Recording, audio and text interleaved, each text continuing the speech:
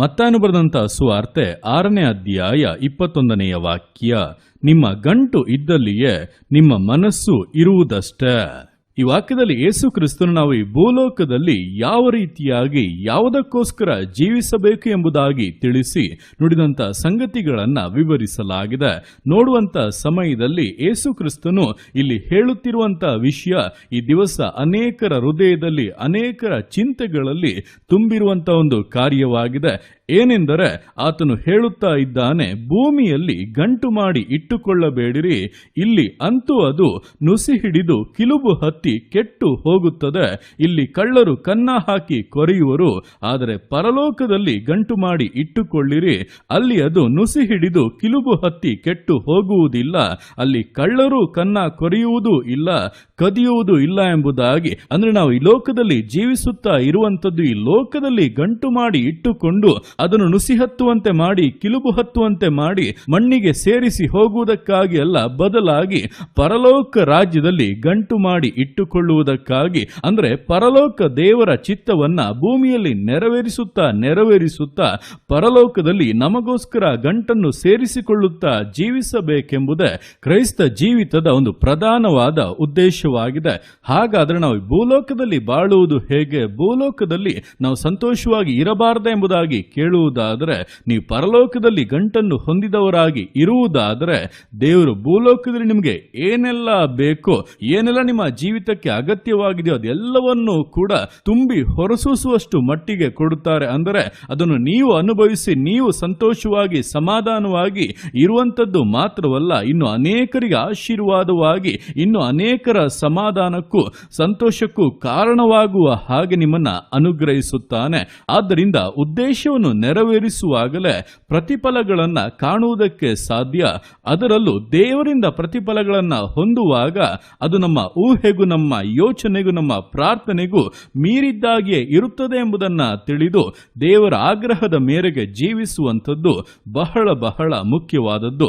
ಹಾಗೆ ಇಲ್ಲಿ ಗಮನಿಸುವಾಗ ನಿಮ್ಮ ಗಂಟು ಇದ್ದಲ್ಲಿಯೇ ನಿಮ್ಮ ಮನಸ್ಸು ಇರುವುದಷ್ಟೇ ಎಂಬುದಾಗಿ ವಾಕ್ಯದಲ್ಲಿ ಹೇಳಲ್ಪಟ್ಟಿದೆ. ಅಂದ್ರೆ ನಮ್ಮ ಮನಸ್ಸನ್ನು ನಾವು ನಿಯಂತ್ರಿಸಬೇಕಂದ್ರೆ ನಮ್ಮ ಗಂಟನ್ನು ನಾವು ಎಲ್ಲಿ ಮಾಡಿಕೊಳ್ಳುತ್ತಾ ಇದ್ದೇವೆಂಬುದು ಬಹಳ ಬಹಳ ಮುಖ್ಯವಾದದ್ದು. ಈ ದಿವಸಗಳಲ್ಲಿ ಅನೇಕರಿಗೆ ಚಂಚಲ ಮನಸ್ಸು, ಏಕಾಗ್ರತೆ ಇಲ್ಲ, ದೇವರನ್ನ ಸ್ಥಿರವಾಗಿ ಹಿಂಬಾಲಿಸುವುದಕ್ಕೆ ಆಗುತ್ತಿಲ್ಲ. 4 ದಿನ ಪ್ರಾರ್ಥನೆ, 4 ದಿನ ವಾಕ್ಯಗಳನ್ನು ಓದುವುದು, ಅದರ ನಂತರ ಮತ್ತೆ 4 ದಿನ ಲೋಕದ ಕಾರ್ಯಗಳು, ಲೋಕದ ಚಿಂತೆಗಳು, ಈ ರೀತಿಯಾಗಿ ತೊಳಲಾಡುವವರಾಗಿ ಜೀವಿಸುತ್ತಾ ಇದ್ದಾರೆ.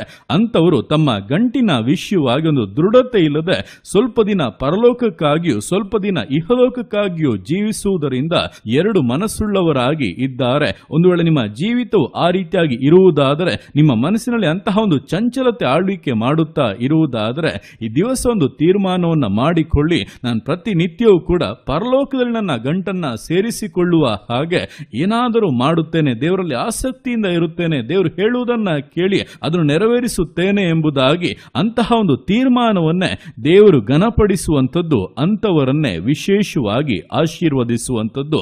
ಆದ್ದರಿಂದ ನಿಮ್ಮ ಹೃದಯವನ್ನು ದೇವರ ನಿಯಂತ್ರಣಕ್ಕೆ ಕೊಟ್ಟು ಜೀವಿಸಬೇಕು ಅಂದರೆ ನಿಮ್ಮ ಗಂಟನ್ನು ಕೂಡ ದೇವರಿರುವಂತಹ ಸ್ಥಳದಲ್ಲಿ ಅಂದರೆ ಪರಲೋಕದಲ್ಲಿಯೇ ಕೂಡಿಸಿಡಬೇಕು ಎಂಬುದನ್ನು ತಿಳಿದು ಆ ರೀತಿಯಾಗಿ ಇಡುವಾಗ ಮನಸ್ಥಿತಿಯಲ್ಲಿ ಹಾಗೆ ಜೀವನದಲ್ಲಿ ಕೂಡ ಒಂದು ಸ್ಥಿರತೆಯನ್ನ, ದೃಢತೆಯನ್ನ ಕಾಣಬಹುದು ಎಂಬುದನ್ನ ತಿಳಿದು ನಮ್ಮನ್ನು ದೃಢತೆಯಲ್ಲಿಯೂ ಆಶೀರ್ವಾದದಲ್ಲಿಯೂ ಸಂಪೂರ್ಣತೆಯಲ್ಲಿಯೂ ನಡೆಸುವುದಕ್ಕೆ ಶಕ್ತನಾಗಿರುವಂತಹ ಕರ್ತನ ಕರೆಗಳಲ್ಲಿ ಪೂರ್ಣವಾಗಿ ಸಮರ್ಪಿಸಿ ವಿಧೇಯತೆಯಿಂದ, ದೃಢತೆಯಿಂದ, ಸಮರ್ಪಣೆಯಿಂದ ವಿಶ್ವಾಸ ಜೀವಿತಗಳನ್ನು ಮುನ್ನಡೆಸೋಣ.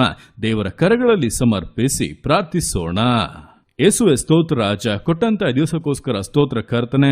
ಈ ದಿವಸ ನಿನ್ನ ಕರೆಗಳಲ್ಲಿ ಸಮರ್ಪಿಸ್ತಾನೆ. ಪ್ರತಿಯೊಂದು ಜೀವಿತಗಳನ್ನು ನೀನು ಆಳ್ವಿಕೆ ಮಾಡು, ಬಲಪಡಿಸು ಕರ್ತನೆ.